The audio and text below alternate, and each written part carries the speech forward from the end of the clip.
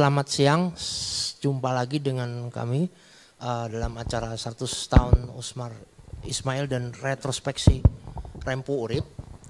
Pada kesempatan siang hari ini, setelah tadi kita menyaksikan film dari karya Rempu Urip, pada hari ini kita akan membahas mengenai sepak terjang Rempu Urip dan juga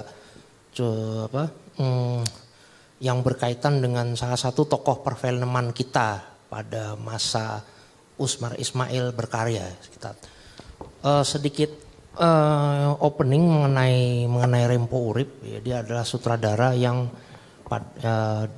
sangat berjasa pada pembangunan Persari yang didirikan Pak Jamaluddin Malik tahun 51, dan banyak sekali film-film beliau yang merupakan film yang diunggulkan oleh perusahaan Persari tersebut, meskipun dalam perjalanan sejarahnya sangat berbeda dengan apa yang dihasilkan oleh Pak Usmar dengan Persari ya.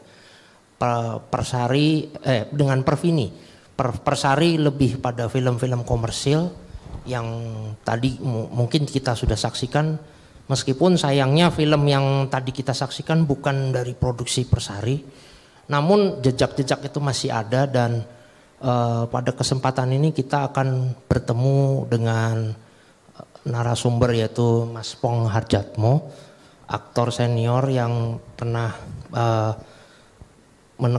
bersama, sebenarnya lebih ke mantunya Rempu Urip yaitu Lili Sujio ya dalam beberapa filmnya, dan juga Mas Teddy dari pihak keluarga Rempu Urip, cucu. Dan sebelum memulai acara diskusi mengenai retrospeksi Rempu Urip, kita coba dulu dengan pembacaan puisi dari siapa, Mas Teddy? Anania Yasmin, yang untuk mengenang beliau. Silakan. Iya. Assalamualaikum warahmatullahi wabarakatuh. Saya akan membacakan puisi dengan berjudul Dari Mereka dan Aku Untukmu. Aku tak pernah mengenalmu, hanya lewat gambar, tulisan, dan cerita mereka aku mengetahuimu. Kata mereka, kau adalah sosok yang penuh tanggung jawab. Kata mereka, kau adalah sosok yang lebih banyak bekerja daripada bicara. Kata mereka pula, kau adalah sosok pemersatu keluarga. Kini aku mengerti akan semua yang mereka katakan tentangmu. Kini aku melihat bahwa kaulah salah satu sosok yang dirindukan bangsa ini lewat karya-karyamu. Semoga Allah yang Maha Esa selalu menjagamu di tempat yang terbaik di sisinya. Amin. Wassalamualaikum warahmatullahi wabarakatuh. Terima kasih, Dek. Ya, itu bacaan puisi mengenang Rempu Urip, dan terasa sekali bahwa sosok Rempu Urip terutama di keluarganya sendiri akhirnya menjadi sentral pada hari ini juga. Oke, tanpa berpanjang lebar, kita langsung ke Mas Pong dulu ya, gimana ya mengenai acara hari ini Usmar Ismail dan. Boleh? Oke. Saya ya. Ya. Bagian santai saja. Ya. Saya sudah membuat seperti teks ya. Kenapa saya sampai di gedung ini dan dijadikan narasumber. Baiklah. Assalamualaikum warahmatullahi wabarakatuh. Selamat bagi kita semua serta rahmat Tuhan beserta kita. Salam sejahtera. Terlebih dahulu saya ingin mengucapkan terima kasih kepada panitia yang telah mengundang saya dalam acara memperingati Hari Film Nasional dengan tema 100 tahun Osmar Ismail dan retrospeksi Rempo Urip. Hadirin yang berbahagia, yang kami hormati. Pada umumnya manusia itu senang dipuji, disanjung dan dihormati. Saya pun sebagai manusia biasa, jujur saja senang juga dipuji, disanjung dan dihormati, atau bahasa Jawa diuwongke. Misalnya orang bertemu saya kemudian menyapa dengan sebutan aktor senior. Waduh, saya senang, tersanjung saya. Aktor 3 zaman, saya juga tersanjung. Apalagi aktor legendaris, lebih tersanjung lagi. Tetapi ada yang julukan itu atau sebutan itu saya kurang senang, yaitu sebutan aktor gaek. Kasihan ya, gaek orang tua. Tetapi kalau lansia gitu, saya masih senang lah. Baiklah hadirin, bapak-bapak, ibu-ibu yang kami hormati, undangan Hari Film Nasional yang saya peroleh ini diantar oleh 2 orang laki-laki, satu sebelah saya, yang satunya Mas Deni ya. Dani, Mas Deni. Kalau ini Mas Doni, Mas Dani, diantar ke rumah. Kemudian kita ngobrol sebentar, bicara bagaimana nanti, karena saya mau diminta sebagai narasumber atau diundang sebagai narasumber. Setelah kita diskusi sebentar,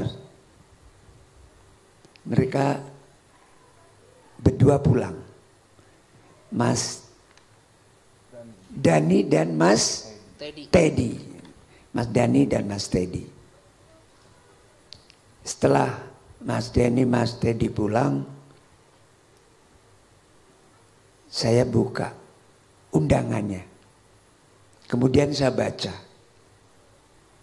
Kepada yang terhormat Bapak Pongharjatmo, tokoh film nasional dan Ketua Dewan Pertimbangan Organisasi Parvi.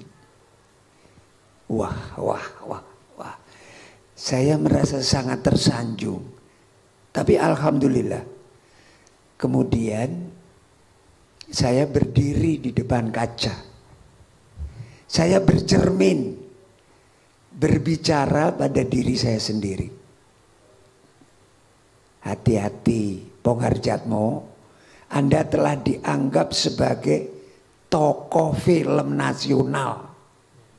Hati-hati berbicara, hati-hati bersikap, jaga baik-baik citra diri sendiri.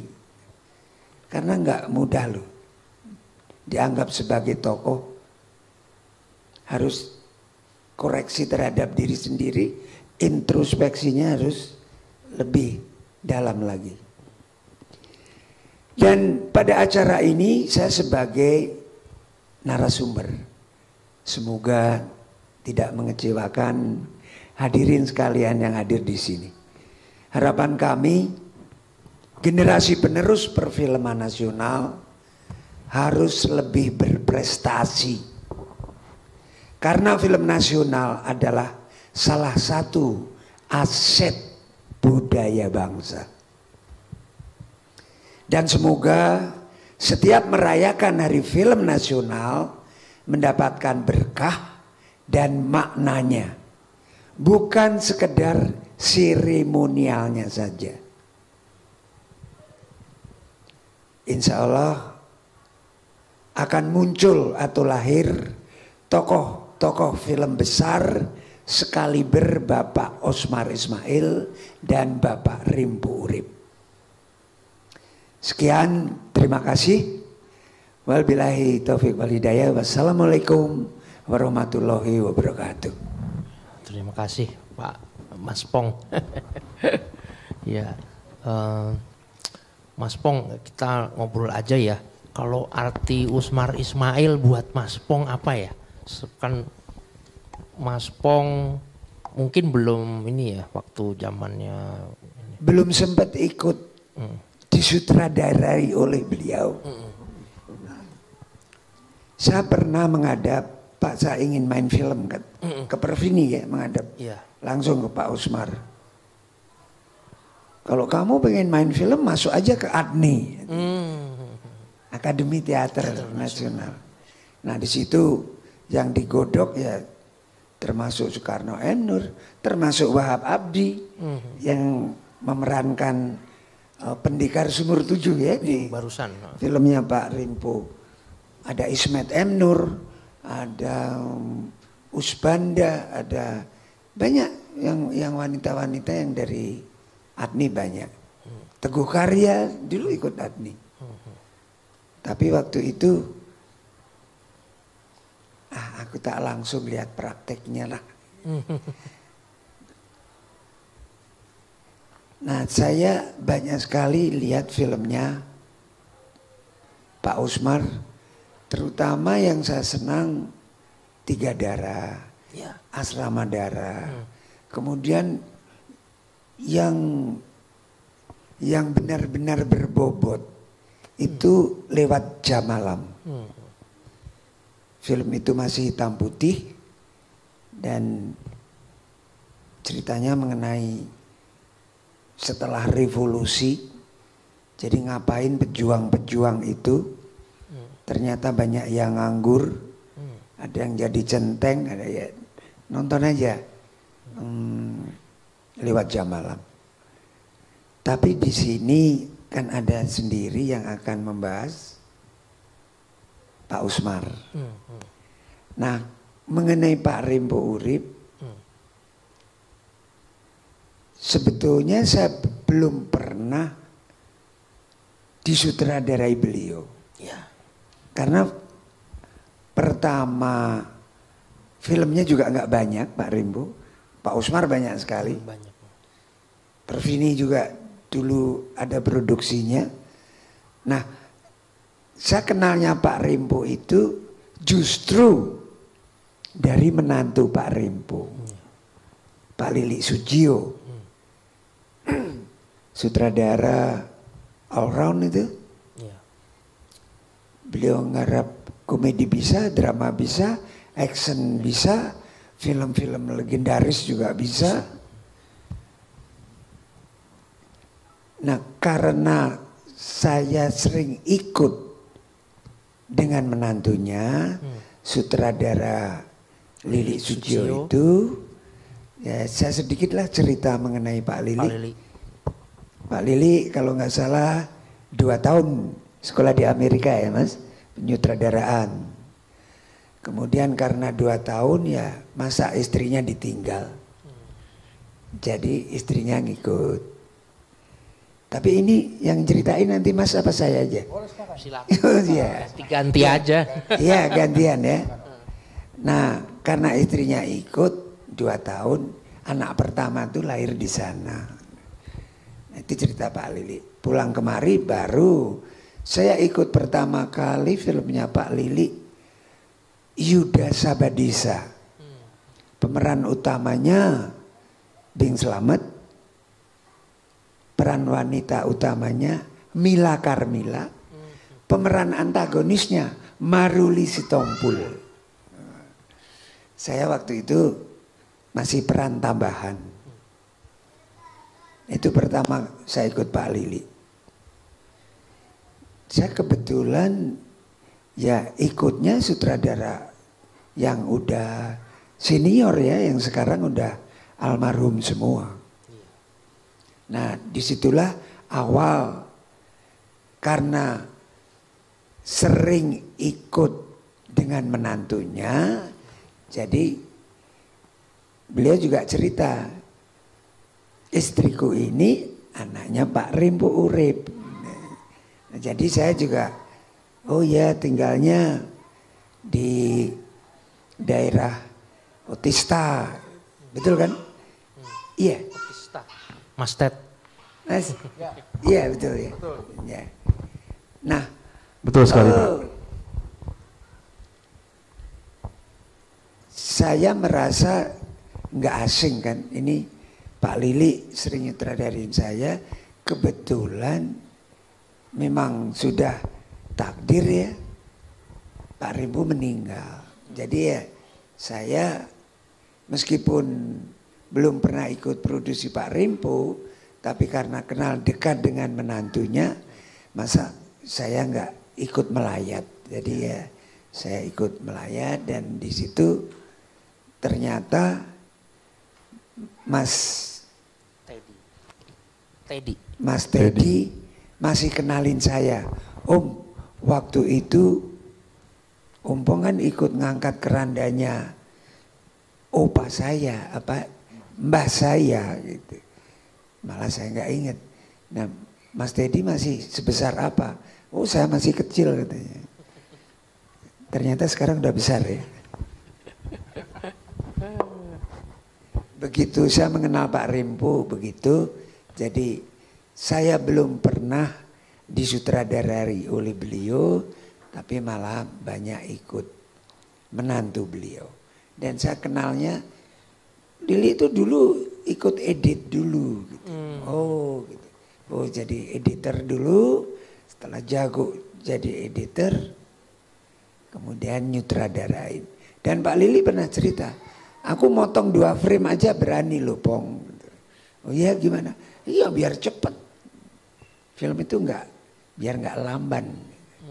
Oh iya, zaman dulu ngedit kan masih dipotong sambung, potong sambung. Saya rasa untuk mengenal Pak Rimpo Langsung begitu Mas Deddy. Ya. Jadi tolong ya tentunya tidak selengkap Cucunda. Siap. Menceritakan Cucunda. Eyangda. Iya. Siap. Sekian, terima kasih. Terima kasih. Terima kasih Mas Pong. Gimana Mas Ted kenangan bersama Rempo Urip ya? Kan kita akhirnya waktu itu baca. Oh iya. Iya Nah tentang ini film itu ya. kalau pakai teks itu ada yang loncat-loncat. Selama bikin film, Pervini pun waktu produksi film belum ada yang color. Nah justru yang istimewa dari Pak Rimpo ini, yang lain masih bikin black and white. Pak Rimpo pertama kali membuat film Indonesia udah colorful. Dan lokasinya di Filipina, judulnya Rodrigo de Villa. Nanti tolong Mas Teddy lebih kupas lagi lebih dalam. Iya, silakan Mas Ted. Saya nih. Aduh. Saya ya. Atau gini dulu deh. Ya gimana? Di dalam kenangannya Mas Ted, sosok Rempo tuh gimana ya? Kenangan ya Mas ya? Kenangan sebagai family dulu deh. Family dulu ya. Kalau kenangan luar biasa nih. Kemarin baru ditanyakan oleh teman-teman isi. Nah sekarang mungkin boleh saya kupas lagi lebih dalam. Saya ingat Mas, waktu pertama kali datang ke kantor Parvi, dengan ketemu dengan Pak Kustiranda, dengan sekretaris umum. Saya duduk di sana, saya kira beliau tahu. Ketika saya duduk, siapa Rempo Urip? Oh, belum paham ya, belum kenal siapa mbah saya. Oke, saya tunjukkan satu saja. Ada buku namanya buku Bersari 5 tahun. Itu pernah diminta oleh teman-teman dari Cinematek, tapi beliau tidak kasih. Adanya di kami. Buku itu saya buka. Ada satu di situ nama yang paling depan, biografi paling depan adalah namanya Rempo Urip.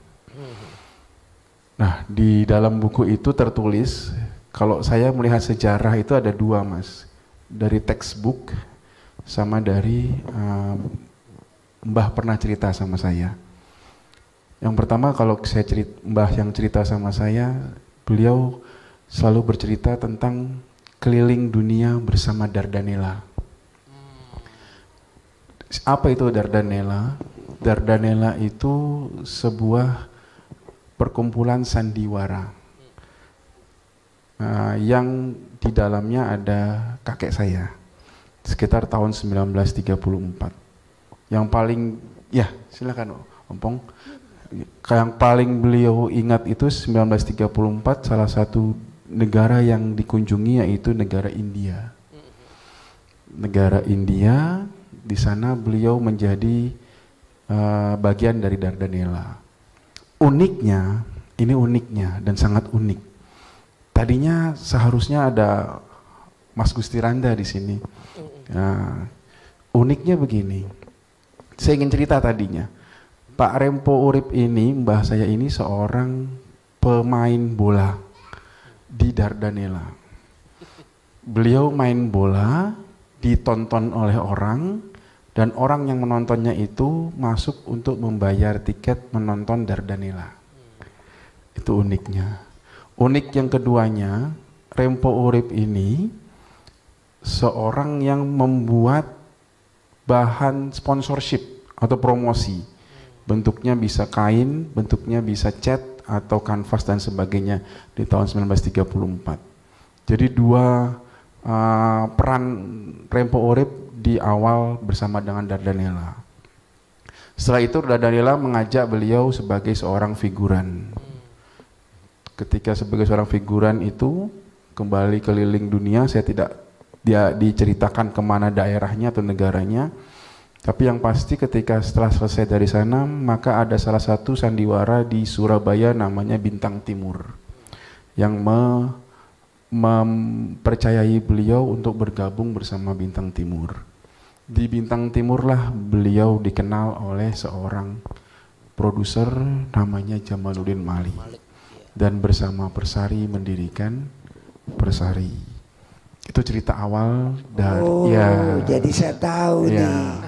Mulai silakan. Persari itu begitu. Iya. Izin ya. Ya silakan Om. Tadi saya potong. Silakan.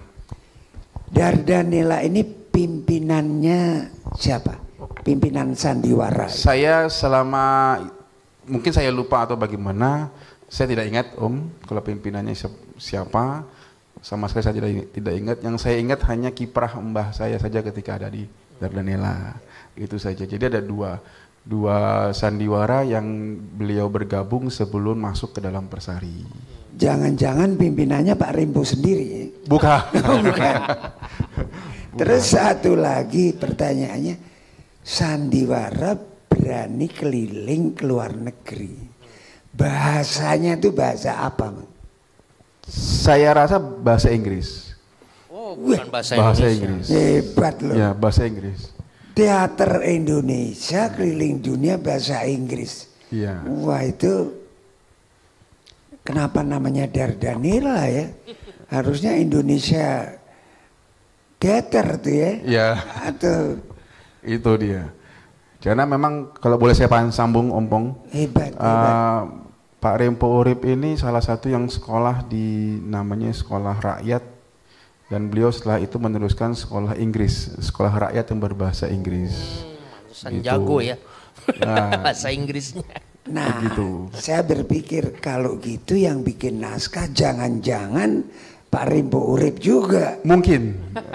Iya kan, harus begitu dong. Mungkin. Nah, sekarang mengenai main bola. Pak Rempo jadi kiper, apa maju, apa jadi back gitu. Nah, ini menarik nih. Ini menarik ini. Ini harusnya ada orang PSSI juga ya. Mas iya, Gusti ini harus ada Pak Sekom, iya, Pak Sekom Parvi nih Pak. Dan Pak Rempo ternyata all round loh. Ikut sandiwara, ikut main bola, ikut mempromosikan, bikin kayak spanduk, betul, kayak window seat, betul, kayak hebat. Jadi beliau mendirikannya. All round kalau gitu beliau. Nyutradarain juga. Nyutradarain juga. Gitu. Sayangnya tuh harusnya Pak Rimpo tuh dekat sama wartawan. Oh ya mungkin dulu kan Harus ini ya. dipromosikan gitu. Tapi Iya lupa. Sandiwara keliling dunia itu, wah, sandiwara itu tahu Rudi, teater keliling, itu keliling Indonesia aja megap-megap kok. Tahu megap-megap? Megap-megap.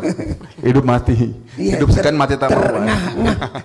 Napas pun udah terengah-engah. Nah ini sandiwara berani keliling dunia, kalau enggak, wah ini kayak sirkus keliling dunia ini. Harus kuat bener nih. Betul. Lanjut Mas. Lanjut. Mas.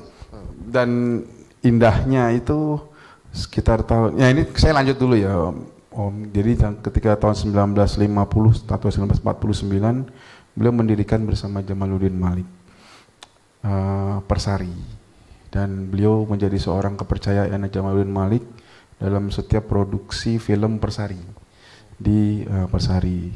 Kalimat kerennya itu kalau sekarang kerennya ya Om, itu namanya General Manager Persari PH waktu itu.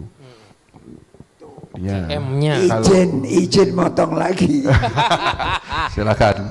Jadi nulis skenario, nyutradarain general manager juga.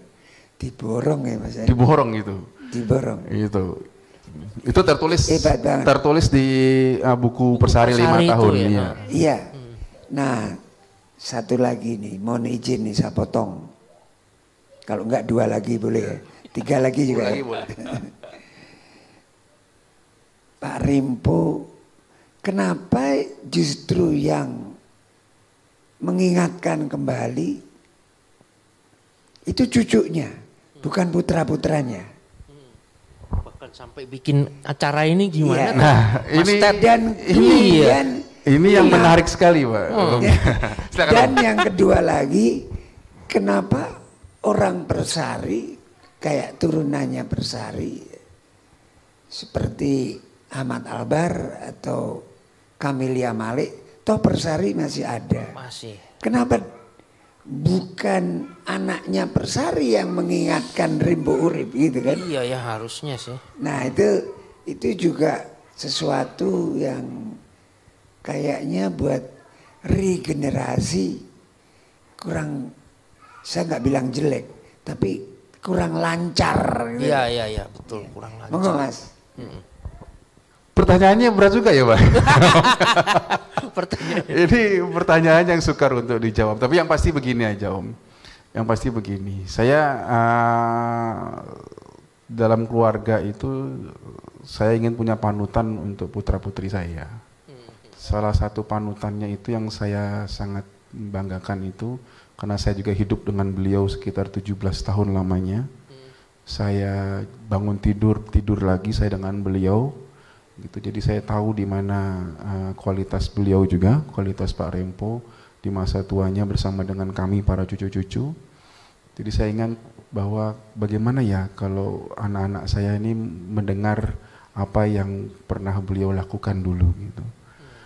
Dan ini yang saya buat bersama dengan kakak sepupu saya, Mas Dani Haju.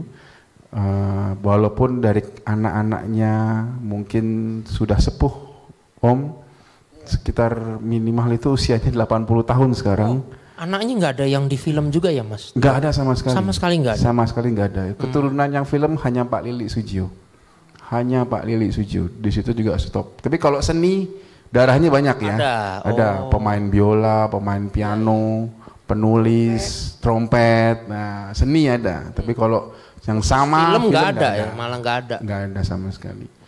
Nah itu yang saya ingin ungkapkan. Jadi awal-awal kita untuk bagaimana bersama-sama kita angkat lagi, kita perkenalkan lagi. Ternyata masih ada PR juga untuk negara ini. Ada film berwarna pertama yang ditaruh atau diletakkan filmnya di Filipina. Nah itu PR kita bersama mungkin Om untuk bawa pulang gitu. Itu. Nah mudah-mudahan Kemendikbud melihat itu, mudah-mudahan teman-teman juga melihat itu, bahwa bersama-sama coba kita bawa sejarah-sejarah film Indonesia ini. Gitu. izin. Silakan. Monggo Mas Silakan. Pong. Menarik ya. Ada apa nih? Sebelum PR tadi itu. Ya. Tadi itu yang baca puisi siapa, Mas? Yang baca puisi itu putri kandung saya. Jadi Cicit kandungnya Rempo Urip. Cicitnya Rempo Urip. Itu tepuk tangan dulu buat yang ternyata putri penjenengan, Mas Dedi. Kemudian yang kedua, tadi putri, yang kedua kok jadi lupa saya. Apa nih Mas Pong? Iya, gitu. Kalau tua gitu, nggak ditulis tuh lupa. Tapi gini Mas, nah itu tadi yang harus digali itu bukan hanya filmnya Rodrigo de Villa dari Pak Rempo Urip. Itu di Filipina kan Mas? Ya. Mungkin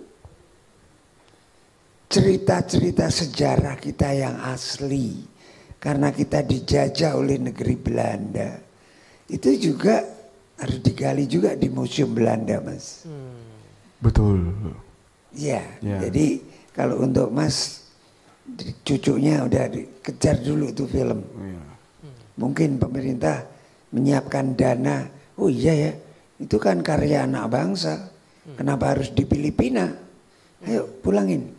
Siapa tahu. Ya. Iya, itulah harapan Udah. kita semua ya. Udah, Siap. Mas. Nanti maaf saya potong lagi. Silakan. Makin seru ini. Padahal tadinya sejarah film kita mencatat film 9, film pertama Berwarna. Indonesia. Oke. Ternyata kita bertungkus lumus ya bahasa ininya ya. Betul. Bersusah payah. Wah, Rodrigo da Villa dan ya itu tadi hanya ketemu leaflet ya. Dan Leaflet. tapi sudah ada pengumumannya gitu. Ya susah nih kita nah ini dalam penelusuran sejarah itu tiba-tiba banyak yang hal-hal yang baru ya dan baru bisa diketahui sekarang dan ini juga PR kita juga ya bagaimana film dan nah itu tuh kalau Rempo Uripnya sendiri tadi kalau dalam keluarga gitu ya sosok yang gimana pernah diajak ikut syuting ya enggak juga ya? Oh jauh sekali. Jauh ya. Jauh sekali. Jadi beliau berhenti itu sekitar 10 tahun sebelum saya lahir. Berhenti itu kenapa? Sakit atau ada masalah dengan apa? Baik. Kan cukup lama loh rentang dia vakum ya. Iya. Ya, setahu saya sepemahaman saya dan karena saya juga berbicara dengan beliau dulu. Tahun 1956 sampai tahun 1970 itu adalah vakum perfilman kalau nggak salah. Memang dunia film kalau sedang tidak salah vakum. saya. Ya. Karena beliau yang berbicara dengan saya sekitar tahun 1970 mulai ada perfilman lagi dan beliau syuting sampai dengan tahun 1975. Nah, 7 sampai 75 ke arah 1990 diteruskan oleh Lili Sujio. Itu kalau tentang perfilmannya ya gitu. Lili Sujio sendiri sama Rempo kayaknya agak-agak mirip ya. Kalau menurut Mas Teddy film-filmnya gimana? Benar sekali sangat. Jadi kayak ada ini ya, seperti ada terusan gaya menyutradarai ya. Sama Lili menurut Mas Pong sendiri juga sutradara all around ya, film drama, terus film action juga bikin dan kalau nggak salah tahun 81 Pak Lili juga bikin film Gundala yang pertama ya 81 ya Hasmi Gundala Putra Petir. Nah, kalau saya sendiri yang berkesan film Lili yaitu Tuan Tanah Kedaung. Sayangnya memang bukan dari karya asli, dari komiknya Ganesh TH, tapi menurut saya tuh visualisasinya luar biasa ya dan pada itu kan settingnya tahun 40-30-an kita sudah diperkenalkan dengan intrik keluarga ya istri kedua ingin membunuh demi harta tuan tanah itu menurut saya udah luar biasa itu, dan ternyata ketika ditonton lagi masih menarik ya. Sangat menarik. Dan lucunya kalau ya sepengetahuan saya film Tuan Tanah Kedaung itu dulu yang Lili itu saking suksesnya kan itu tadi dari komik ya. Sukses komik filmnya ada dinovelisasi juga. Jadi saling apa ya? Novelnya siapa Tuan Tanah Kedaung? Novelisasinya tuh aku nggak dapat nama. Itu bukan komik ya? Tadinya komik dulu, cuman kan karena saking terkenal ya, laku keras tahun. Iya. Kalau nggak salah tahun 77 ya, dan apa ya? Ada Susana juga dulu di situ, belum main film horor ya, masih jadi apa gitu, jadi tokoh yang teraniaya. Agak melebar dikit ya Mas. Ya, silakan. Ya silakan Mas Tuan Pong. Tanah Kedaung tadinya dari komik. Banyak sekali film barat yang tadinya dari komik. Ya Batman, Superman, Captain Marvel. Dulu ada koboi itu, ada ada komik Tarzan difilmkan.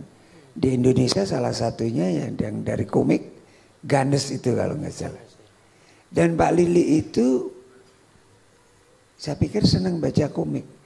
Karena komik itu udah seperti storyboard. Angle-angle-nya gitu, urut-urutannya itu directionnya udah nggak salah kalau komik itu. Nah Pak Lili ini pikiran saya. Belajarnya jadi editor pasti dari Pak Rimpo Urip. Setelah matang jadi editor baru jadi sutradara. Kalau nggak salah begitu. Karena beliau kalau ngedit juga jago. Sayang profesi editor tuh di bawah sutradara. Jadi beliau ya kalau diminta ngedit kalau bukan film beliau ya mendingan enggak lah. Oh iya Mas Pong, zaman dulu apa sutradara harus bereditor juga ya? Atau memang editor sendiri, sutradara sendiri? Pas zaman Mas Pong? Beda ya, beda-beda ini. Tapi kan? banyak yang tadinya editor, kemudian jadi sutradara. Pak Alam Surawijaya itu tadinya editor dulu. Oh iya. Ya. Kemudian mengenai Rodrigo de Villa, dulu itu hero-nya Amerika, itu namanya Errol Flynn. Errol Flynn itu ganteng, pakai kumis, Robin terus Hood. jago main pedang. Nah, Rodrigo de Villa, saya lihat posternya, Raden Mohtar, itu juga pegang pedang, kan pedang floret itu kan bisa ditekuk kan. Miring gini. Iya. Itu kayaknya eranya lagi jago main pedang. Tambah maju lagi jagoannya koboi. Jago main pistol. Kan film era-era. Dulu film Tarzan, film koboi banyak banget. Film koboi udah berkurang. Film Tarzan saya kira udah lenyap nih.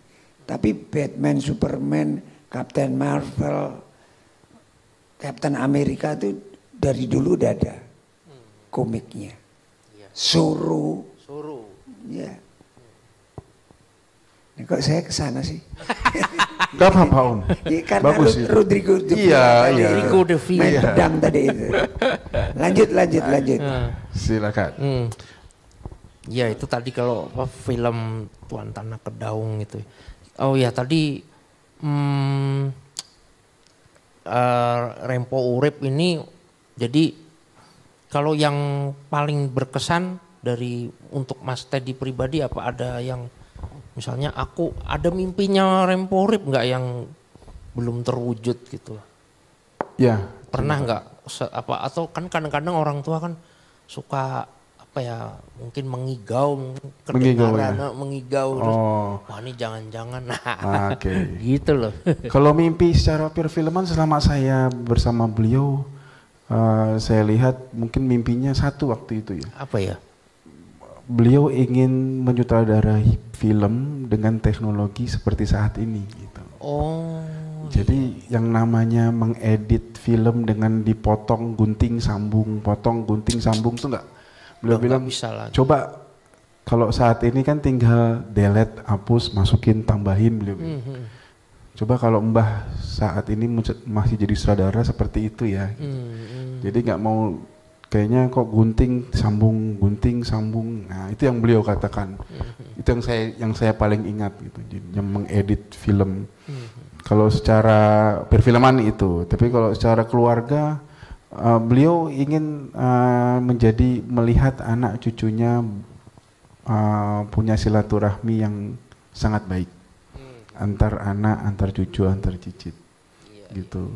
Karena beliau itu bisa memposisikan begini Om, bisa memposisikan ketika bicara dengan sesama. Waktu itu pernah datang, mungkin Om juga kenal namanya Pak Jauhari Effendi, tokoh film juga, itu sering ke rumah itu 1 minggu 1 kali Om. Jadi kalau beliau ngobrol gitu lama 2-3 jam di rumah gitu. Tapi ketika langsung saya berkomunikasi dengan beliau bisa berubah langsung. Jadi bisa berubah langsung berbicara dengan cucunya. Ya, terus 1 jam lagi bicara dengan istrinya, 1 jam lagi bicara dengan anaknya, itu berubah lagi. Jadi dia bisa memposisikan di mana waktu-waktunya untuk berbicara. Ketika dengan anaknya, ketika dengan cucunya, ketika dengan tokoh film juga. Gitu. Itu yang sangat bersanjung. Mungkin nanti ada beberapa pendapat dari cucu-cucunya yang lain, mungkin Mas Dorus. Iya. Nih ada yang langsung aja ya floor ya. Apa gimana ya? Apa Mas Pong? Waktu itu Pak Rimpu Urip belum mendapatkan istilah saja. Tapi kalau sekarang yang dimaksud Pak Rimpu itu ngeditnya itu kayak zaman sekarang. Digital. Oh iya, belum zaman Iya digital kan? waktu itu Mungkin dia. yang dipikirkan tuh kalau sekarang ya model digital gitu. Betul sekali. Mungkin. Model digital itu. Sayang sekali. Karena editnya itu panjang, katanya dipotong-potong. Itu yang bikin letih katanya. Saya nungguin orang edit tuh kok sabar banget sih. Apalagi waktu itu ya. Iya, betul. Oh iya Mas Pong mau tanya sebentar dulu, film katanya prosesnya ada yang sering nggak di Indonesia ya, kayak studio di luar gitu. Itu proses filmnya atau mau tambah sound atau gimana tuh? Ada kenangan nggak? Dulu istilahnya processingnya di mana? Jadi menyelesaikan film ini setelah dubbing itu di mana? Nah biasanya di Hong Kong, ada yang di Jepang, ada yang di Australia. Tapi akhirnya bisa juga di BFN jadi Interstudio. Interstudio itu punyanya Pak Nyu Han Xiang kalau nggak salah. Nah itu tapi nggak tahu ya bisa di sini kenapa senang ke Hong Kong, senang ke Australia gitu. Mungkin ya sutradaranya pinginlah ke luar negeri. Sekalian ya. Iya, aku belum pernah ke Hong Kong. Ongkosin dong ke Hong Kong buat processing siapa tahu. Bisa di sini kok. Ya contohnya, kenapa sih minyak itu harus processing di luar negeri? Kenapa minyak nggak diprocessing di sini? Nah, nanti yang dagang mau ngeluarin minyak sama masukin minyak kan nggak ada. Betul. Nah, lama nggak proses film itu, satu film misalnya? Kira-kira berapa Mas? Saya ingat Mas Pong deh. Oh iya. Nah itu harusnya sutradara atau produser. Tapi saya mengalami kok. Dulu tuh kadang-kadang suka aneh gitu ya. Kalau normalnya bikin film yang benar-benar ada yang 3 bulan. Ada yang 2 bulan. Enggak tentu ya. Itu baru syutingnya. Padahal syuting itu baru kira-kira 30%. Tapi ada juga yang bangga dengan aku bisa syuting 2 minggu. Oke. Tapi gimana hasilnya gitu. Dari ekonomi sih syuting dis lebih kecil pasti biaya lebih kecil juga kan. Tapi ada yang mulai dengan gitu jor-joran. Tapi gimana kalau yang namanya pingin cepet pingin bagus kan nggak ada. Kalau cepet ya instan namanya, tapi belum tentu bagus, dan kalau makanan juga belum tentu enak. Orang setengah matang udah diangkat kok. Nah, kalau yang pengen benar-benar bagus nggak instan, baik itu produksi apapun, baik itu ingin menjadi apapun, kalau instan saya rasa no good lah. Oke, tadi kita udah dengar kesan dari Mas Teddy dan Jadi, Mas Pong. Ya. Baru selesai syuting itu, ya baru 30%. Masih isi suara, isi sound, special Itu effect, di luar ya, pas sinkronisasi. Sinkronisasinya di luar. Iya. Begitu. Ya. Ada. Ini yang harus cerita harusnya sutradara atau pinpro lah atau produser yang pernah ikut processing. Yang pernah terjadi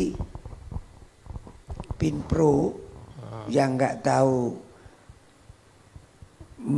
membikin film, tapi karena pingin keluar negeri sutradaranya nggak usah pergi, pinpronya yang pergi. Pinpronya yang pergi. Nah film begitu jadi ya rusak. Karena film itu musik tuh nggak boleh datar. Oh adegan sini musik harus kenceng, adegan sini musik harus pelan. Terus lighting juga gitu. Oh ini malamnya itu gelapnya segini. Oh ini terangnya segini. Siang juga gitu. Suara tembakan jauh sama suara tembakan dekat harus beda. Orang nutup pintu mobil, nutup pintu biasa, suaranya harus beda. Nah orang Hongkong bisa membedakan gitu. Pukulan saja nggak harus tiba-tiba duk. Tapi kalau yang pakai jubah itu ada efek kelibatan kain dulu. Berduk. Nah itu dari segi lighting, dari suara. Nah itu yang tahu persis benar mau diapakan ya sutradaranya yang udah ada konsep di kepalanya. Kalau yang pergi orang lain, dah filmnya pasti setengah mateng. Nah itu tuh apa beberapa sedikit rahasia dapur dulu ya yang mungkin ya untung udah nggak dialamin lagi ya sama sineas film sekarang. Iya sekarang ada yang mau ini tanya jawab atau ada yang dari Mbak siapa namanya? Mbak Mia. Itu mic-nya di depan. Mic. Silahkan. Nah, Mbak Mia ini juga cucunya Rempo Urip. Iya. Silakan Mbak Mia. Oke. Nama Mbak Mia. Tekan yang lama.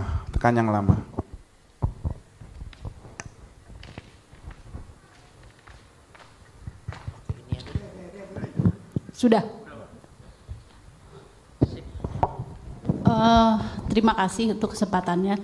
Saya mendengarkan dari awal, jadi mungkin ada beberapa yang bisa saya tambahkan atau ya sebagai masukan aja kali ya. Sedikit tadi Mas Pong nanya soal Dardanella ya. Dardanella itu siapa yang mendirikan? Ini hasil riset saya aja sih. Saya membaca gitu. Ya, itu yang mendirikan adalah Willy Klimanov, itu orang Rusia. Ada keturunan Malaysia. Itu Rusia, Malaysia. Ya apa yang punya Dardanella, Willy Klimanov. Lalu beliau soal melanglang buananya itu saya juga takjub ya. Untuk tahun segitu kok bisa sampai Eropa, sampai Amsterdam, sampai Amerika, itu luar biasa ya. Untuk sebuah grup sandiwara. Lalu Dandanela itu memang mungkin tidak seterkenal grup sandiwara lainnya, tapi sebelumnya sudah ada yang mungkin yang kita pernah dengar opera Miss Ribut. Mungkin Mas pernah dengar. Itu terkenal kan, sebetulnya Miss Ribut itu sebelum Dandanela gitu. Tapi tidak ke luar negeri. Saya nggak tahu ya, keluar negeri atau enggak Miss Ribut ya, enggak mungkin ya. Makanya sebetulnya Dandanela itu harusnya bisa juga jadi sebuah referensi sejarah lah ya gitu artinya. Tapi selama ini kan memang salah satunya mungkin orang kita kan kurang melek literasi ya. Artinya keinginan untuk mengetahui atau menggali sejarah yang seperti awal lahirnya grup-grup sandiwara itu tidak terlalu banyak yang mengulas atau tertarik mungkin itu. Tapi menurut saya sih sebetulnya itu hal yang sangat bernilai sejarah ya. Ya kan cikal bakal film ya. Rata-rata dulu dari teater dulu sandiwara keliling. Ya, betul. Lalu soal yang kenapa processing ke luar negeri, itu sebenarnya juga jadi tanda tanya saya, artinya gini, seingat saya nih ya, masih sampai tahun 80-an mungkin, itu setiap processing film itu pasti keluar, benar, yang saya sering dengar dari Lili Sudjo itu adalah ke Hong Kong, itu salah satunya. Saya kurang setuju seandainya dianggap, kenapa sih harus jauh-jauh kalau Indonesia bisa.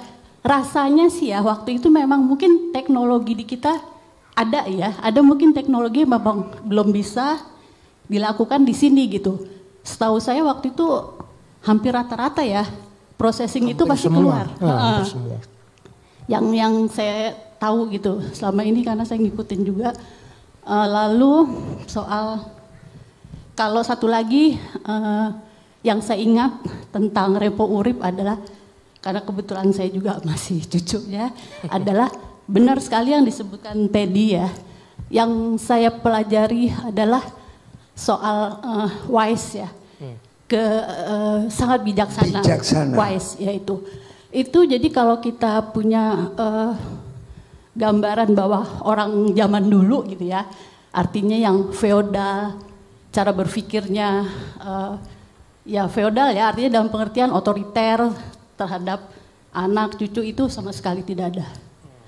Sangat-sangat mengikuti zaman, artinya ketika beliau berbicara dengan anaknya ya, cucu, cicit, itu setara gitu.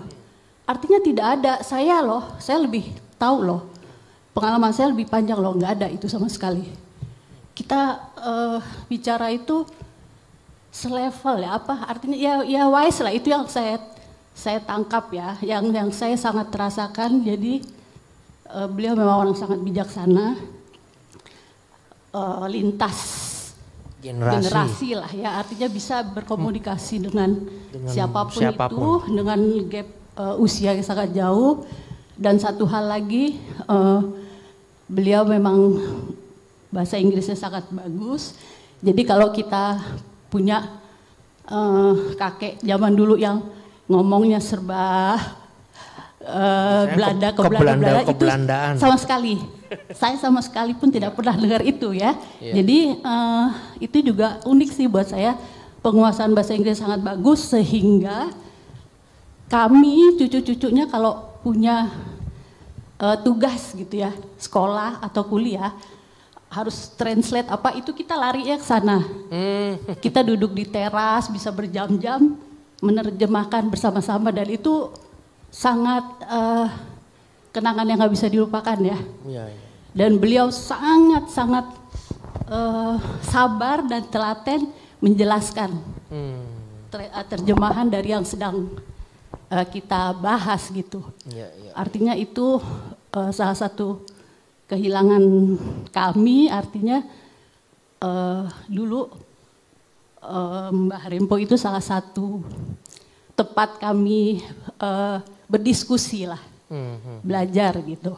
Dan satu lagi Mas Pong yang juga unik mungkin ya, bukan unik sih, salah satu cirinya tuh beliau sangat senang mengisi teka-teki silang. TTS itu bukunya banyak dan selalu beli, jadi hampir setiap minggu tuh mungkin beli. Kalau udah penuh beli lagi, dan itu kan buat orang seusia dia gitu, seusia mereka, buat saya itu sebuah contoh yang baik. Artinya mengisi TTS itu kan memperluas wawasan ya, artinya itu pengetahuan loh. Melatih. Jadi dia tahu semua kalau ada mengurangi ini demensia. Itu salah satunya. Tapi memang itu ciri yang nggak bisa dilepaskan dari beliau, bahwa senang baca dan mengisi teka-teki silang. Itu buat saya sih artinya keingintahuannya atau upaya untuk memperluas wawasan pengetahuan ya, beliau sangat tinggi memang. Itu aja mungkin. Terima kasih Mbak Mia. Mbak, cucu nomor berapa? Kalau nomor berapa ya, Ten? Saya dari anak kedua. Anak kedua. Anak keduanya punya 3 anak, saya anak pertamanya. Oh, berarti di atasnya ada satu lagi. Jadi cucu keberapa kira-kira? 5. 5 ya? Iya. Kalau Lili Sugio itu istrinya anak pertamanya Rempo Urip gitu. Ibu saya adiknya Bu Lili. Ya, betul. Iya. Jadi begini ya kalau begitu, waduh begini kalau begitu. Ini bahasa lucu juga tuh. Jadi begini ya kalau begitu, wah nyambung nggak ya? Tapi saya perhatikan sangat sayang sekali ya. Kalau Pak Rimpo udah pantas lah disebut tokoh. Pak Usmar Ismail pantas. Nah sayangnya yang melanjutkan kok nggak ada. Dari keluarga. Dari Pak Rimpo putra putrinya nggak ada.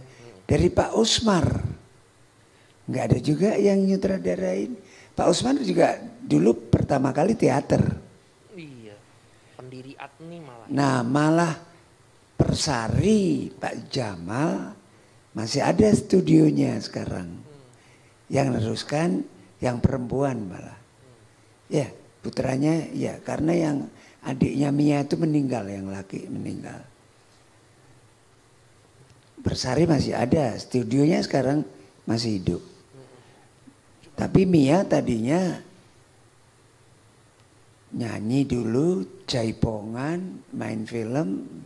Saya ada colak-colek itu, satu film sama dia. Ya. Itu masih ada. Sayang tokoh-tokoh begitu kok tidak melanjutkan kehebatan leluhurnya yang dahulu. Tapi ya memang nggak semuanya. Cuma yang saya tahu Muhammad Ali biar anaknya perempuan tapi bertinju juga. Dia nerusin bapaknya, betul kan? Tapi bintang film barat maupun sini banyak yang nerusin karir orang tuanya. Tapi anak saya nggak ada. Tapi kayak bintang film barat, Kirk Douglas, ada Michael Douglas. Ada banyak lah anak-anak. Charlie Chaplin anaknya ada, siapa perempuan? Geraldine Chaplin. Iya itu keren juga. Padahal Charlie Chaplin kan mukanya lucu gitu, anaknya cakepnya bukan main. Tapi enggak main komedi, serius. Beda. Banyak yang John Wayne anaknya Patrick Wayne. Terus siapa lagi? Banyak kok. Yang jadi penerus ya. Iya. Penyanyi juga gitu. Biasanya kok nggak nerusin. Cuma di sini adalah Jack Lesmana, jadi Indra Lesmana, pemain piano adalah gitu. Oke, ada lagi yang mau komentar atau ada yang pernah nonton film yang atau bukan yang keluarga? Ya, atau yang tadi nonton film Film Dari Parvi, siapa tahu ada dari Parvi. Oh ya, ini ada oh ya Mbak Mia lagi. Langsung Ya aja Mbak Mia, monggo Mbak Mia. Oppo. Ada yang terlupakan? Ya, mungkin lebih pada titip ya, titip pada negeri ini mungkin gitu. Artinya gini, bahwa di event atau di momen 100 tahun Usmar Ismail ini kan ada juga banyak pencerahannya. Salah satunya buat diri saya sendiri adalah bahwa film hitam putih pertama, film layar lebar ya, hitam putih pertama yang dibikin oleh Usmar Ismail adalah film Long March. Dan film berwarna, film layar lebar berwarna pertama adalah Rodrigo de Ville Lempo Urip. Tapi ini yang masih menjadi tanda tanya besar adalah seperti ada keraguan-raguan untuk film Rodrigo Davila adalah bahwa jadi sebagian menuliskan film berwarna pertama. Salah satu film berwarna pertama. Nah itu. Tapi kalau saya lihat tentang waktu dari 1950 Long March ke 1952 Rodrigo de Villa itu kan pendek memang ya. Apakah di rentang 2 tahun itu ada film berwarna lainnya gitu loh. Itu yang saya belum dapat sih. Literatur yang memuaskan ya. Artinya sebenarnya saya masih bertanya apakah memang Rodrigo de Villa itu film layar lebar berwarna pertama di Indonesia dan yang diproduksi oleh disutradari oleh Lempo Urip. Itu aja sih yang buat PR kita ya. Karena salah satu sama memang pembuat pertama itu kan saya rasa punya makna yang sangat esensi ya. Artinya bukan sekedar salah satu pembuat itu kan ya, artinya bisa ada 10 atau 100 lagi film berwarna sebelumnya misalnya. Itu memang pernyataannya tidak tegas sih. Itu mungkin yang pelan-pelan kita harus mungkin cari karena, gitu. Iya, apakah memang benar itu film pertama berwarna atau salah satu Lempo Urip itu salah satu sutradara film berwarna pertama di Indonesia atau memang beliaulah pembuat film berwarna pertama. Itu aja. Ya itu kalau aja sih. Sebelumnya film 9 Wim Umboh itu malah tulisnya tahun 68 kalau nggak salah ya. Jadi ya memang ya bukannya ini ya, memang literaturnya Mas Doro susah. boleh menambahkan Mas Doro terkait dengan film berwarna pertama ini sebenarnya klaimnya dari Lempo Urip sendiri. Dari Lempo Urip sendiri beliau mengatakan bahwa saya pembuat film berwarna pertama. Jadi Lempo Urip sendiri yang mengatakan. Kalau untuk research mungkin kita harus research juga bersama-sama dengan tim yang lain. Bahkan kita bawa filmnya ke sini. Pokoknya kalau saya katakan kita harus bawa filmnya ke sini. Gitu. Mestinya. Dari Manila harus ada di Indonesia. Karena ada beberapa missing link terkait dengan penyimpanan sejarah di Indonesia. Tapi kalau saya pribadi, saya mendengar sendiri dari Lempo Urip sendiri bahwa saya adalah pembuat film berwarna pertama di Indonesia. Tapi kalau untuk filmnya biar kita bisa bawa ke sini, itu kita butuh bantuan semuanya. Termasuk Ompong juga dan rekan-rekan dari Parvi mungkin bisa untuk bersama-sama dengan Kemendikbud kita bawa pulang film sejarah Indonesia yang ada di luar. Itu mungkin bagian daripada kita semua mengharapkan seperti itu. Gitu Om dan Mas Doro. Iya, kita harus cari joint produksi di Filipina dengan perusahaan film mana. Iya, waktu itu Jamaluddin Malik memang waktu itu presidennya juga siapa? Atau jangan-jangan perusahaan film yang di Filipina juga udah kukut, udah nggak ada. Nah itu dia, banyak Jadi, yang belum dilacak. Ya. Tapi yang penting bagi saya atau bagi kita semua, masyarakat perfilman nasional, di hari film nasional ini, hendaknya kita betul-betul merasa memiliki film Indonesia ini. Jadi tanggung jawab moral semua insan film itu harus dikumpulkan untuk membangkitkan perfilman nasional yang tiap FFI dulu sering didengungkan film nasional menjadi tuan di negeri sendiri. Betul. Nah, hendaknya tema-tema itu jangan hanya menjadi slogan belaka. Kalau cuma jadi slogan ya nanti tiap hari film nasional ya diucapin lagi. Iya. Tapi enggak terwujud. Iya. Enggak terwujud. Betul. Saya rasa Itu. ide saya buat memperingati Hari Film Nasional harus ada titik makna dan kenapa sih harus diperingati? Kalau cuma begini-begini aja, harus ada langkah. Ya. Lebih lanjut, lebih maju, supaya film nasional menjadi tuan di negeri sendiri. Iya. Oke, Sekian terima dari kasih, saya. Mas Pong. Masih ada waktu lagi ya kita ya? Apa udah nih? Ada yang mau komentar atau tadi ada yang nonton nggak? Atau dari Parvi ada yang mau komen soal Rempo Urip atau Hari Film Nasional? Kan bidangnya film juga nih, Parvi lagi. Ayo. Ada? Ya, silakan Mas. Tolong dikasih mic.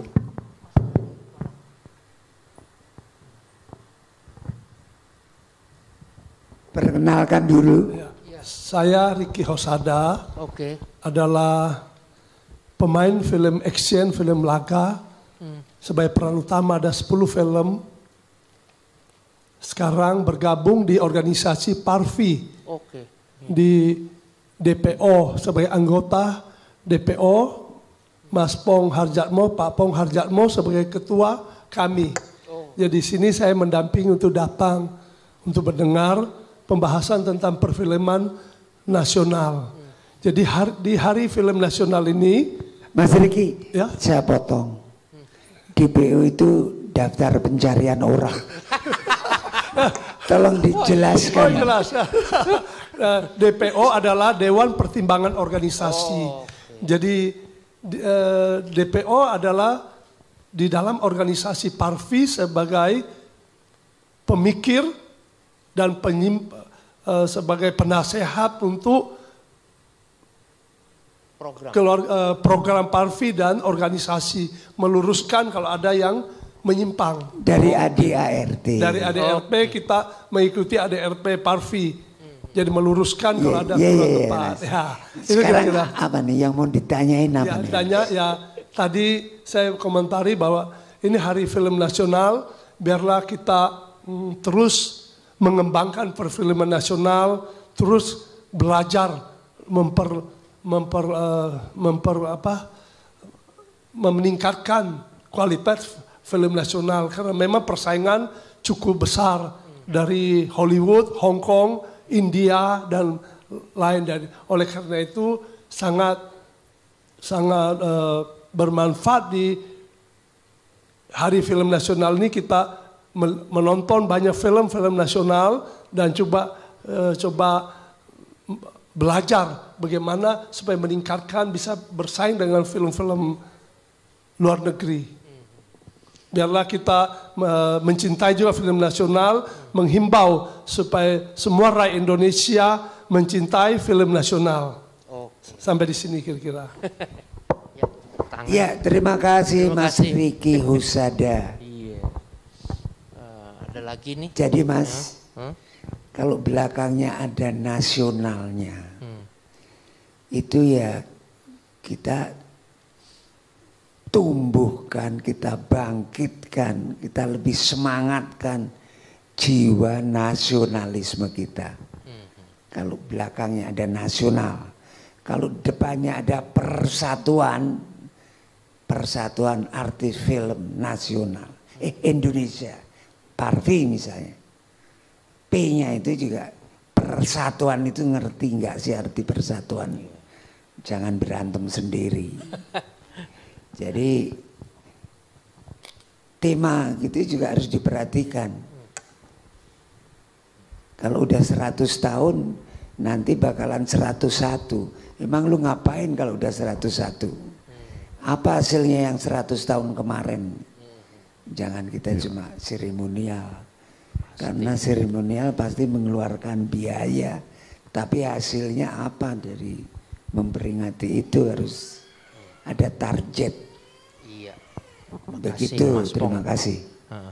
Ada lagi yang mau komen? Ya silakan Mbak Dinda ya. Ya Mbak Dinda Fitri, kalau ini saya kenal ini. Ya, terima kasih Mas Pong, Mas Denny juga. Aduh, Pak Teddy. Ya, saya pribadi saya bersyukur dan terima kasih bisa hadir di sini menemani Mas Pong sebagai tokoh perfilman juga sebagai ketua Dewan Pertimbangan Organisasi Parvi. Kebetulan saya dipercaya sebagai sekretaris dari DPO Parvi. Di sini untuk menyambut Hari Film Nasional ini, saya memperhatikan dalam perfilman dari beberapa tahun ke sini itu film di Indonesia sangat kurang film tentang anak-anak. Setelah dulu ada Sherina, terakhir Sherina 2001. Iya. Jauh banget deh. Kesini kemudian kemarin ke Laskar Pelangi. Setelah itu rasanya film yang untuk anak-anak itu sangat kurang. Sekarang banyak drama-drama tentang percintaan yang seharusnya mungkin dari perfilman ini bisa menjadi edukasi buat masyarakat Indonesia sendiri. Begitu juga mengembalikan budaya-budaya sebagai jati diri bangsa Indonesia sendiri melalui film. Yang mana film bagian dari budaya di negara kita. Saya pribadi berharap ke depan para skenario, sutradara, juga kru perfilman, juga pemain-pemain film bisa menciptakan film-film anak-anak supaya ada semangat anak-anak kita yang pasti akan mencontoh dari para senior seperti tokoh-tokoh perfilman yang ada sekarang ini seperti Bapak Usmar Ismail, juga Bapak Rempo Urip, di sini juga ada Bapak Pong Harjatmo.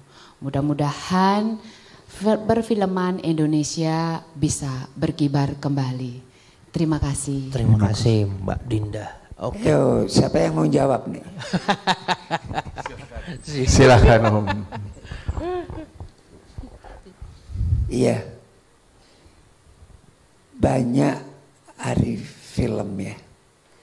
Dan banyak organisasi insan film. Tapi tanggung jawab moralnya terhadap film Indonesia sejauh mana, itu yang kita masih tanda tanya. FFI saja berubah-ubah. Dulu pernah zaman FFI bagus, itu tiap diadakan FFI di ibu kota provinsi. Jadi muter. Tahun ini di mana, tahun berikutnya di mana, tahun berikutnya lagi, dan diumumkan waktu penutupan. Biar semua dapat ya, iya, adil. Iya, dan itu sekaligus apresiasi film terhadap daerah-daerahnya, digalakkan. Kan tiap ibu kota provinsi pasti punya kebanggaan. Entah itu budayanya, pariwisatanya, keseniannya, kostumnya, cerita legendarisnya. Tiap daerah pasti punya. Nah kalau itu aja digali lagi, pasti budaya Indonesia tidak mudah luntur. Ya. Pasti akan, wah ternyata benar-benar berapa suku bangsa ya punya adat istiadat berbeda-beda, punya cara perang berbeda-beda, tariannya berbeda-beda, kostumnya berbeda-beda. Senjata aja macam-macam. Dari daerah-daerah lain beda. Meskipun namanya keris, tapi bentuknya masih beda. Namanya golok, namanya padang, namanya pedang, namanya panah. Pasti ada bedanya. Nah itu perisai juga gitu. Juga pakaian perangnya pasti beda-beda. Karena ya memang budayanya berbeda-beda. Tapi bisa menjadi satu. Namanya Indonesia ini kalau enggak berkat Tuhan yang mempersatukan, kita udah cerai-berai dari kapan-kapan. Karena bangsa Indonesia kupingnya tipis-tipis. Kenapa tuh tupinya bisa tipis-tipis? Iya, gampang diadu domba, gampang panas. Iya. Nah itu yang hoax ya kalau zaman sekarang ya, lewat ini sosmed. harus dipersatukan lewat pertunjukan film. Ya. Karena film itu ya audio ya visual. Dan menikmati film juga harus belajar. Nggak cuma lihat aja. Terus ditelan mentah-mentah, enggak. Nah, tapi Hiburan ya contohnya yang lah seperti Amerika jadi besar kalau nggak ada Hollywood juga nggak akan besar. India Betul. kalau nggak ada Bollywood nggak akan besar. Hong Kong sendiri kalau nggak ada perusahaan apa namanya? Yang paling terkenal. Sobrates ada apa lagi? Golden Harvest. Golden itu. Jepang tadinya bagus. Kalau udah film samurai atau film karate, saya pasti nonton. Tapi sayang, mereka lebih mementingkan aset elektronik dan otomotif. Kalau otomotif, elektronik udah menguasai dunia. Tapi film berat ngelawan Hollywood. Betul. Maka perfilman Jepang kalah lah sama Hollywood. Tapi menang. Mobil di mana aja ada. Merek mobil Jepang udah. Motor juga di mana aja ada. Elektronik juga gitu. Dulu Jerman. Tapi ya lama-lama keambil sama Jepang. Ya saya rasa tiap negara Punya harus keunikan. punya andalan. Ya. Nah Indonesia ini Bisa yang ya diberi film ini. Tuhan begitu banyak sumber daya alam, begitu banyak aset bangsa ini, tapi mana yang mau dibuat andalan? Masih bingung. Entah minyaknya atau batu baranya. Saya dengar minyak udah hampir habis. Batu bara, entah karetnya, entah apanya lah, karena di sini semua ada. Apa emasnya? Nah itu pemerintah harus benar jeli. Mana yang andalan sumber daya alam Indonesia itu, atau budaya, atau pariwisata yang punya nilai jual mantap. Orang lebih kenal Bali katanya daripada Indonesia. Karena orang kalau udah ke Bali sekali, pasti pengen ke Bali lagi. Dan saya perhatikan pelukis-pelukis yang dia sudah keliling dunia, cari apa yang harus saya lukis lagi. Baik dia udah ke Afrika, ke India, ke negara yang lain-lain lagi. Begitu sampai Bali, nggak mau muter lagi. Kebanyakan langsung tinggal di situ, kawin sama orang Bali. Ya. Dan udah banyak contohnya. Saya nggak usah sebut nama-namanya. Nah, apakah nggak luar biasa?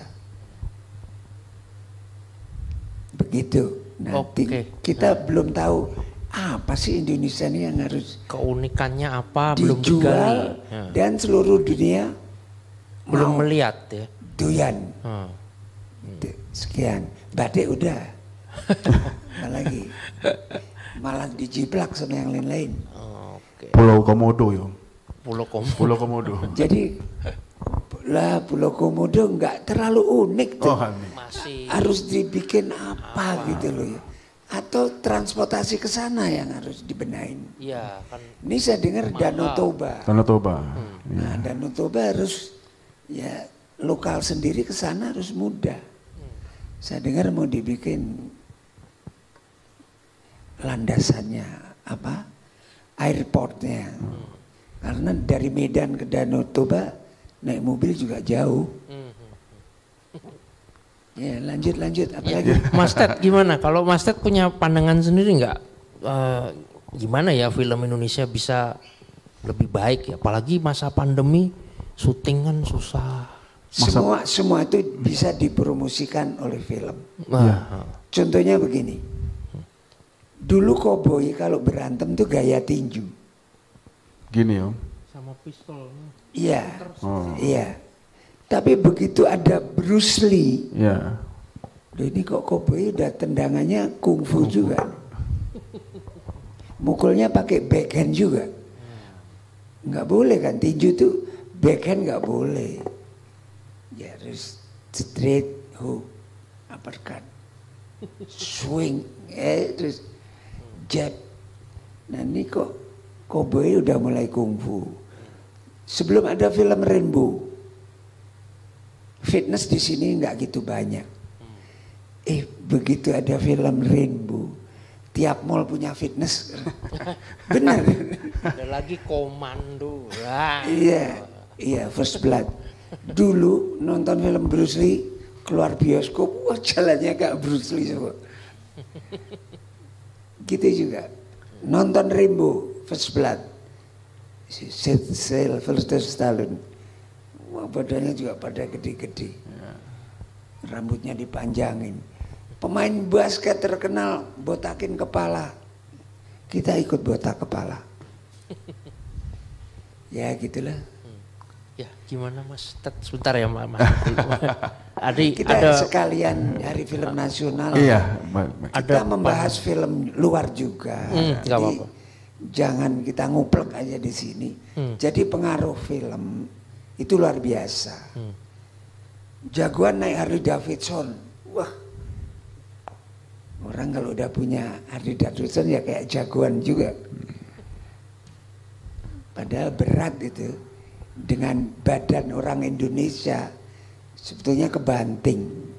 Tapi ya karena lagi legend kan, Harley Davidson itu kan jadi legend.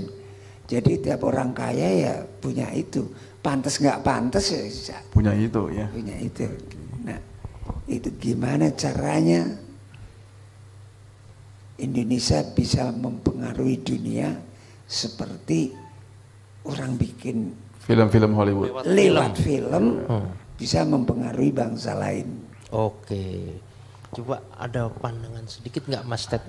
Ya. Mengenai film, apalagi kan lagi pandemi, produksi susah. Mungkin kita kalau saya kan bukan orang, lebih ke penulis ulasan film ya. Saya lewat acara ini ya mengumpulkan sejarah. Kalau Mas Ted Kemana? ada? Gimana? Ada Kalau sudut pandangan pandang lain? mungkin beda ya Mas Doro. Kalau saya kan dari yang awam tentang film, tapi cuman punya keturunan sutradara film saja.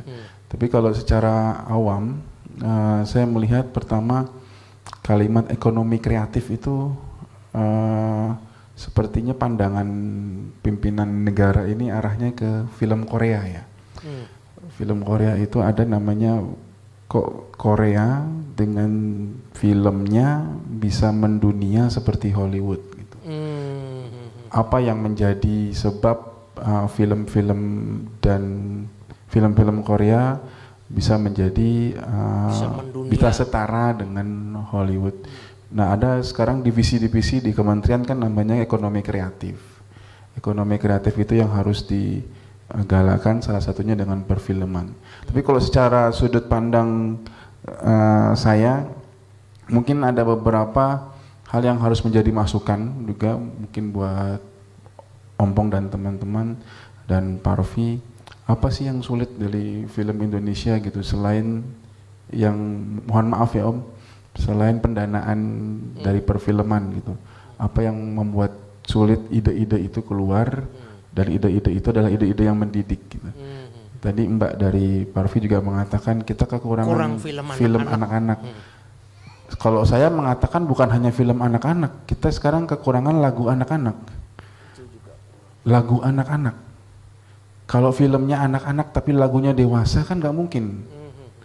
Iya kan? Lagu anak-anak ini sudah sama sekali juga nggak ada. Ini berarti ada seni atau seniman anak-anak ini kita kurang sekali. Contohnya yang kalau dulu kita pernah lihat yang namanya Lenong Bocah. Lenong Bocah,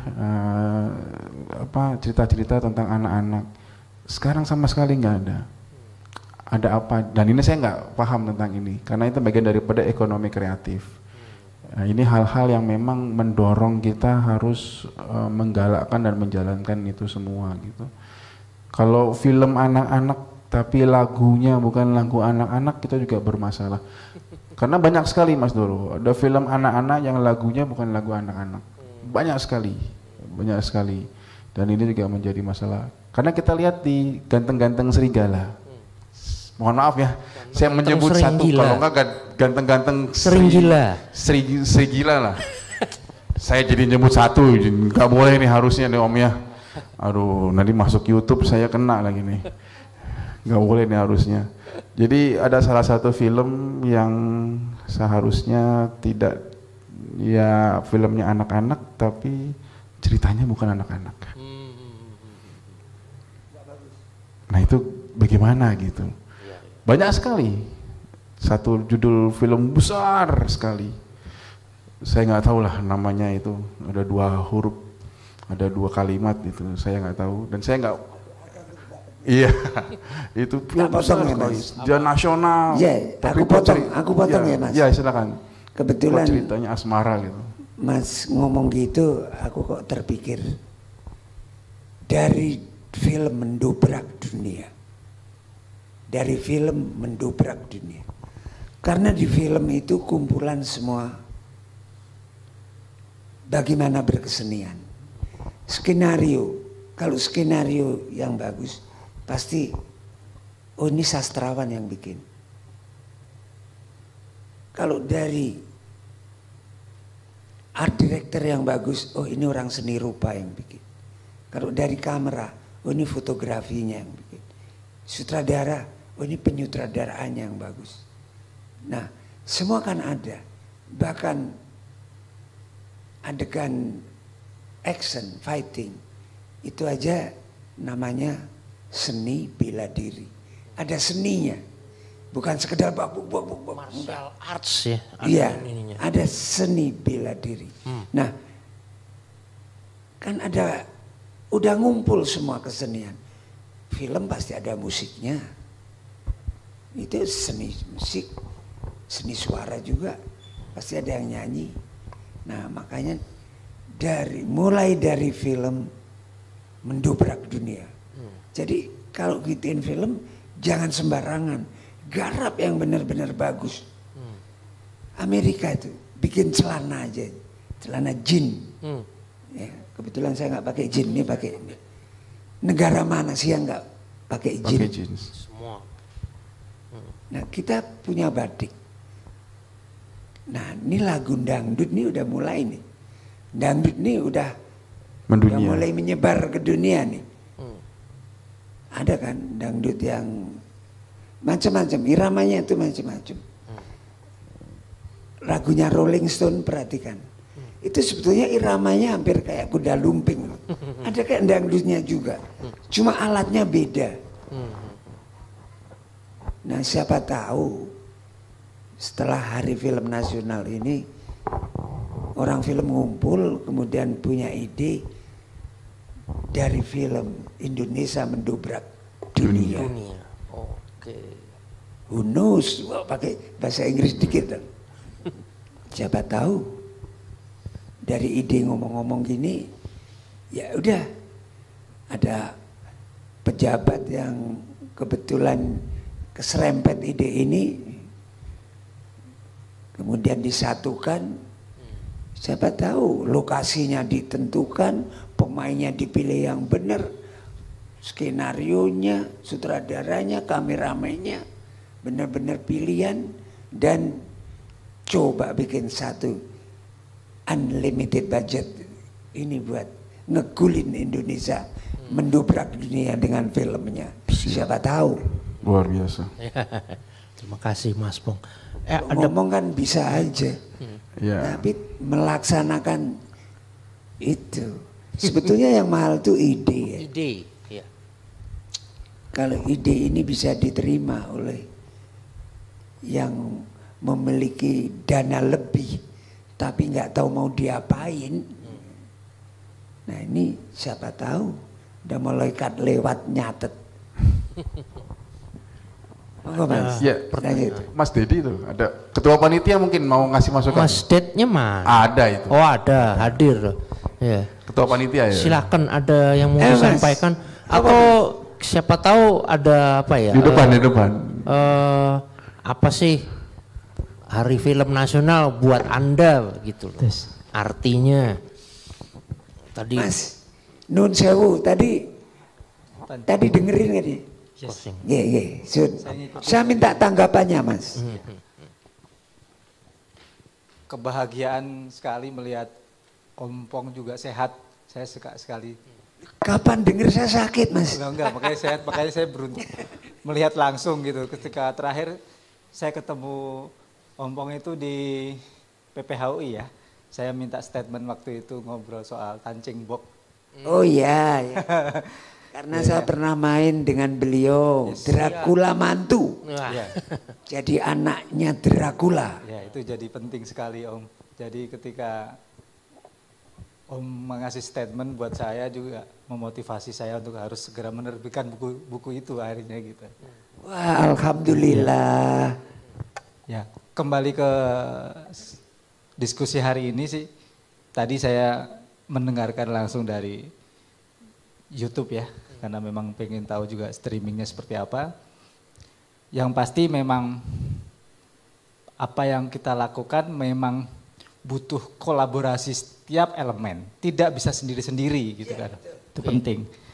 Kita harus saling bahu-membahu tadi. Ketika elemen apapun ya Om, mungkin Om sempat tadi cerita soal bagaimana semuanya elemen itu harus bagus.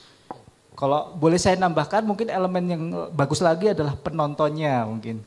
Ketika penontonnya juga bisa menjadi penonton yang baik dan memilih film-film yang baik, lambat laut film-film yang baik yang akan muncul gitu. Yang jadi masalah kan ketika film-film yang buruk juga masih banyak yang disukai gitu.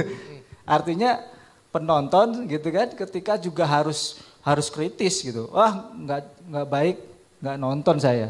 Ketika yang baik saya nonton. Ya baik. Karena itu di industrinya disitulah lingkarannya Om gitu kan. Om tadi keren tadi menyebutkan sutradara dari orang yang punya ilmu sutradara baik, penulis skenario ada sastrawan misalnya gitu.